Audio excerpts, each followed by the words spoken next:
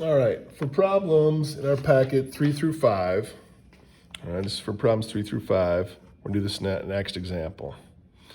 The directions are going to say determine the number of solutions. It also asks you to do some other things about defining the solution or classifying the system. We're not going to do that. We're just going to do this, find the number of solutions. And our choices are one solution, no solution, or infinite solution.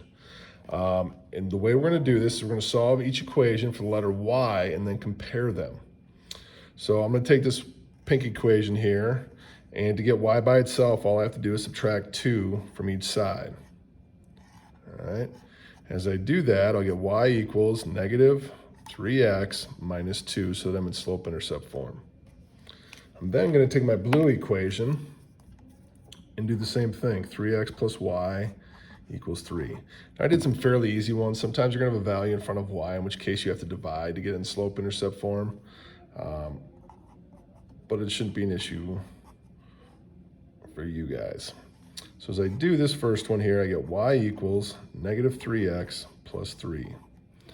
So if I look at these two equations, all right, I'm going to notice something. They both have the exact same slope, but different y-intercepts. What do you guys remember about things with the same slope? That's right, they're parallel. So if I have two lines that are running parallel with each other, if I do a good job graphing, I didn't do a really good job graphing, how many times will they meet? They won't meet, you're right, they're parallel.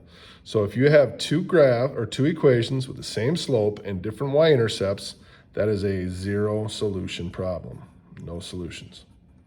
All right, I told you there's two other cases. I'm going to show you those two right now. All right, here they are right now. All right, I have a pink and a blue equation over here. And if I look at this problem, I have two equations with different slopes. That's all you have to look at is the slopes on this one. If they are different, you're going to have one solution. The two lines will cross exactly once. That's all you have to do. The third scenario is similar to the first one. It has same slopes. They're both 4s. These are the same.